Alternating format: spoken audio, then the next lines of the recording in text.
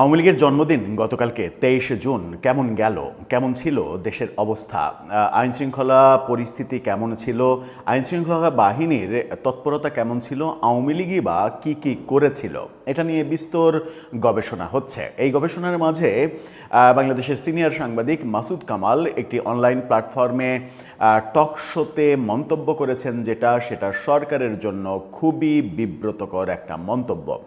মাসুদ কামাল বলতে চেয়েছেন আওয়ামী লীগের এবারের প্রতিষ্ঠাবার্ষিকী জন্মদিন এটা সরকারিভাবেই পালন করা হয়েছে। সরকার কিভাবে পালন করলো, সরকারিভাবে কিভাবে পালন করা হলো, এবং সেখানে তিনি বিরোধী দলের কৃতিত্বও দিলেন যে সরকার এবং বিরোধী দল মিলে এই জন্মদিনটা ঘটা করে পালন করেছে। কোন যুক্তিতে তিনি বললেন, কিভাবে তিনি বললেন, চলুন একটু জেনে দেখি যে তার এই তত্ত্ব সত্যিকার বাস্তবতা নাকি একটু অতিরঞ্জিত কথকথা। থাকবেন পলিটিক্স টিভির নিয়মিত আয়োজনে।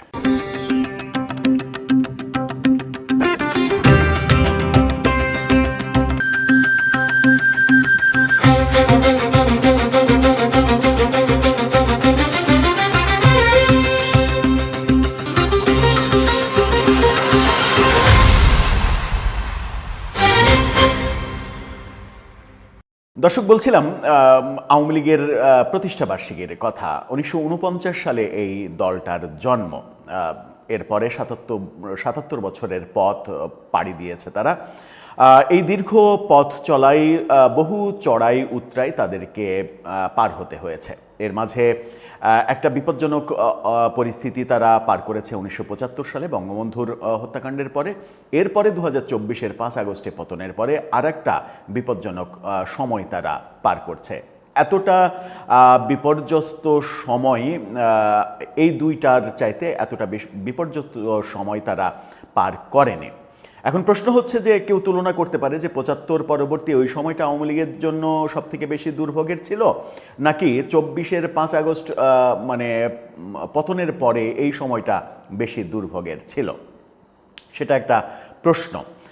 আমার মনে হয় যে প্রশ্নের একটা আক্ষরিক সমাধান দেয়া যেতে পারে। সেটা হচ্ছে যে 75-এর 15 আগস্টে বঙ্গবন্ধু হত্যাকাণ্ডের পরে বঙ্গবন্ধুর হত্যাকাণ্ড নিয়ে প্রতিবাদ করার মতো একমাত্র ওই বঙ্গবীর কাদের সিদ্দিকী ছাড়া কেউ কথা বলতে পারেনি, কথা বলেনি।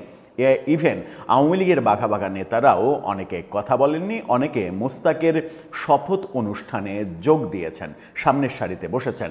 মোস্তাকের শপথ অনুষ্ঠান পরিচালনা করেছেন যিনি, পরবর্তীতে এই গত 15.5 বছরের যে একটানা মেয়াদ, সেই মেয়াদের প্রথমেই আমরা দেখেছি সেই ব্যক্তিকে প্রধানমন্ত্রীর প্রধান উপদেষ্টা বানানো হয়েছে। এই ব্যাপারগুলোও আমরা দেখেছি। কিন্তু 24-এর 5 আগস্টের পরে আওয়ামী লীগের রাজনীতি না আদতে। এই পতনের পরে যেটা হয়েছে সেটা হচ্ছে যে আওয়ামী লীগের পতনের সাথে সাথে মুক্তিযোদ্ধা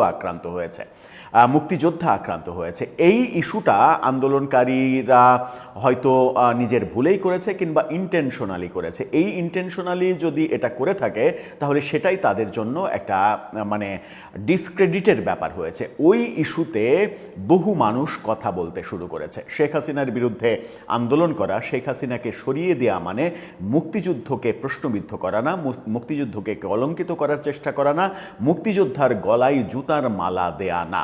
এই ঘটনাগুলো ঘটেছে বলেই এক অর্থে মনে হয়েছে 24-এর 5 আগস্টে শেখ হাসিনা সরকার পতনের পরে তাদের পক্ষে কথা বলার লোকের অভাব নেই। অনেক লোক কথা বলছে, কিন্তু বাস্তবতা কি আদতে শেখ হাসিনা কিংবা আওয়ামী লীগের পক্ষে অনেক লোক কথা বলছে? আমার মনে হয় না। এই অনেক লোক যারা কথা বলছে তারা মুক্তিযুদ্ধের চেতনার কারণে কথা বলছে, কারণ তারা নিজের চোখে দেখছেন মুক্তিযুদ্ধকে কলঙ্কিত হতে, মুক্তিযোদ্ধাকে কলঙ্কিত হতে। ওই ইস্যুতে যখন কথা বলছেন তখন জুলাই আন্দোলনকারীরা ভেবে নিচ্ছেন এরা সব আওয়ামী লীগের পক্ষে ন্যারেটিভ তৈরি করছে। আদতে সেটা না, এবং এই বাস্তবতা মূলত তৈরি করেছে আওয়ামী লীগকে প্রাসঙ্গিক ভাবার একটা পজিটিভ অবস্থান। ইউনূস সরকারের টানা 1.5 বছরের ব্যর্থতা আওয়ামী লীগকে প্রাসঙ্গিক করে ফেলেছে আলোচনায়। সেটা আওয়ামী লীগের ক্রেডিট না, সেটা ইউনূস সরকারের ব্যর্থতা। মাসুদ কামাল যেটা বলছেন সেটা হচ্ছে যে 23 জুন আওয়ামী লীগের যে জন্মদিন, এটা তো বাংলাদেশের বেশিরভাগ মানুষই জানে না, জানতো না। মনে থাকারও কথা না। আওয়ামী লীগের বহু মানুষকে যদি এর আগে এবারে 23শে জুনের আগে জিজ্ঞাসা করা হতো তাহলে অন্তত মানে 60% 70% মানুষ বলতে পারবে না যে আওয়ামী লীগের জন্মদিন 23শে জুন। এটা একটু টাফ ব্যাপার। আমরা অনেক সময় তিনি উদাহরণ দিয়েছেন, আমরা অনেক সময় নিজের জন্মদিনটাও ভুলে যাই কাজের ব্যস্ততায়, প্রিয়জনের জন্মদিন ভুলে যাই কাজের ব্যস্ততায়। ইদানিং যেটা জন্মদিন রিমাইন্ডার দেওয়ার একটা ওয়ে তৈরি হয়েছে ফেসবুকের কল্যাণে ওই রিমাইন্ডারটা পাওয়া যায়, এই কারণে জন্মদিনের উইশটা করা যায়। কিন্তু ফেসবুকটা যদি না থাকে তাহলে আমরা কতজনের জন্মদিন মনে রাখি? এই বাস্তবতা, এই প্রশ্নটা কিন্তু খুবই প্রাসঙ্গিক প্রশ্ন। এবং মাসুদ কামাল বলছেন যে জন্মদিনটা মানুষ জানতোই না, বেশিরভাগ মানুষ জানতোই না, মানে আওয়ামী লীগ করা মানুষ তো ধরে নিলাম 40%, বাকি 60% তো আওয়ামী লীগ করে না, তো তারা জানতো না। এই 40%-এর মধ্যে যদি 60% না জানা হয় তাহলে বাংলাদেশের 80-90% মানুষেরই জানার কথা না যে আওয়ামী লীগের জন্ম 23 তারিখে। হয়তো আয়োজনের আগে পরে এই সময়টাতে এসে তারা ওটা স্মরণ করতে পারতো কিংবা জানতো। কিন্তু এবারে যেভাবে 23শে জুনটাকে এত বেশি হাইলাইট করা হলো, 23শে জুনে এটা হচ্ছে ওটা হচ্ছে, মানে মাসুদ কামাল বলছেন সরকার জোর করে যেন জনগণকে বলছে যে 23শে জুন আওয়ামী লীগের জন্মদিন, এটা আপনারা মনে করে, এটা আপনারা মানে স্মরণ রাখুন। এই 23শে জুন কিন্তু আওয়ামী লীগের জন্মদিন, আপনারা ভুলে যাবেন না 23 জুন আওয়ামী লীগের জন্মদিন।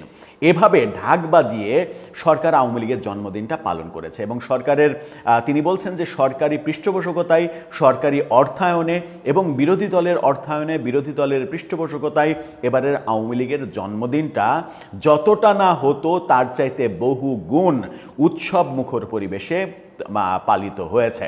যে আওয়ামী লীগের জন্মদিন মানুষের 23শে জুন, এটা মানুষের মাথায় থাকার কথা না, কারণ মানুষের প্রচুর কাজ আছে। একটা দলের জন্মদিন নিয়ে মানুষ কেন মাথা ঘামাবে? কিন্তু মানুষকে মাথা ঘামাতে বাধ্য করেছে সরকারের আয়োজন। এবং তিনি প্রাসঙ্গিকভাবে আরেকটা কথাও বলেছেন, সেটা হচ্ছে যে যখন আপনি গণতান্ত্রিক সরকারের আমলে সেনাবাহিনী নিয়োগ করবেন, সেনাবাহিনী মোতায়েন করবেন, তখন কিন্তু সেটা আর দেশের অভ্যন্তরে থাকে না, সেটা বিদেশে চলে যায়, বহির্বিশ্বে আলোচনা হয় বাংলাদেশে আইনশৃঙ্খলা পরিস্থিতির কতটা অবনতি হয়ে গেল যে সেনাবাহিনী নিয়োজিত করা লাগলো সরকারকে। এটা কিন্তু অনেক বড় প্রশ্ন এবং এটা গণতান্ত্রিক সরকারের একটা বড় ব্যর্থতা, সেনাবাহিনী নিয়োগ করা। সরকার খুব মানে সহজেই চাইলেই পারতো এটা পুলিশ র্যাব দিয়ে মোকাবেলা করতে। সেনাবাহিনী নিয়োগ করা তাদের জন্য একটা বড় ভুল সিদ্ধান্ত, সেই কথাও বলছেন। আদতে কি তাই? মানে সরকারই কি এবারের 23শে জুনটা অনেক বেশি করে পালন করে দিল? এর আগে আমরা দেখেছি ইউনূস সরকারে আওয়ামী লীগ যখন শেখ হাসিনার রায় ঘোষণার মানে আগে ওই শাটডাউন কর্মসূচি ঘোষণা করলো, তখন প্রফেসর ইউনূসের এমন যুদ্ধংদেহী, এটার চাইতে বহুগুণ যুদ্ধংদেহী আয়োজন, এবং সেই আয়োজনে মানুষ আতঙ্কিত হয়ে ঘরের বাইরেই বেরোলো না। ঘরের বাইরে না বেরোনোর কারণে সরকারের আয়োজনেই এক ধরনের আওয়ামী লীগের শাটডাউন কর্মসূচি সফল হয়ে গেল। আওয়ামী লীগ ক্রেডিট দাবি করলো যে তাদের শাটডাউন কর্মসূচি সফল হয়েছে শতভাগ। এই ক্রেডিটটা সরকারই কিন্তু উপার্জন করে দিয়েছে। এবং সরকারের মানে দুর্বলতা, ভাবনার দুর্বলতা, এই কাজগুলো কখনো কখনো পৃষ্ঠপোষকতায় মানে রূপান্তরিত হয়, এই ব্যাপারগুলো দেখছে। আবার এই ঘটনাগুলো যখন মাসুদ কামাল ব্যাখ্যা করছেন, তখন গতকালকের চিত্র যেটা ছিল সেটা গণমাধ্যমে উঠে এসেছে। সমকালের এই শিরোনামটা দেখে নিন।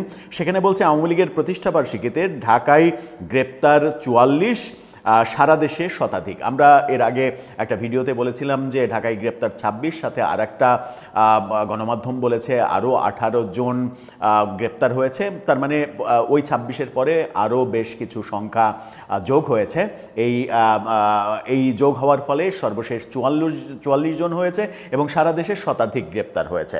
সারা দেশে শতাধিক গ্রেপ্তার, এটা কিন্তু খুব বেশি না।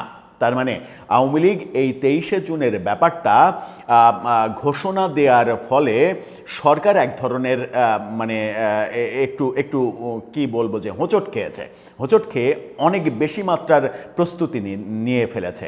অনেক বেশি মাত্রার প্রস্তুতিতে আওয়ামী লীগ ভেবেছে যে সরকারের এই প্রস্তুতিতেই তো আমার 23শে জুন নিয়ে এত বেশি আলোচনা হবে, আমাদের আর মাঠে থাকার প্রয়োজনই নাই। সেই কারণে আওয়ামী লীগকে কিন্তু খুব বেশি মাঠে আমরা দেখিনি। ওই চট্টগ্রামের পটিয়া আশুলিয়ায় একটা ছোট্ট আয়োজন দেখেছি, যেটা নিয়ে কথা বলেছি, গোপালগঞ্জে একটা মিছিল, তারপরে কেক কাটা, এরকম ছোটোখাটো 2-4টা ব্যাপার ছাড়া আমরা কিন্তু তাদেরকে মাঠে দেখিনি। কিন্তু আয়োজনটা ছিল সেনাবাহিনী নিয়ে, বিজেপি নিয়ে। সব মিলিয়ে মাসুদ কামালের যে মন্তব্য, সেই মন্তব্যটাকে কি আমরা গুরুত্ব দিতে পারি?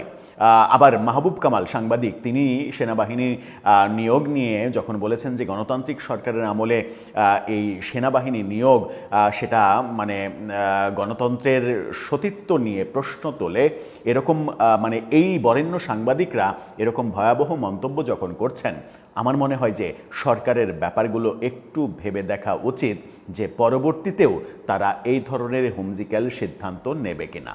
দর্শক, আপনার কাছেও সেই প্রশ্ন, উত্তর জানিয়ে লিখতে পারেন আমাদের কমেন্ট বক্সে।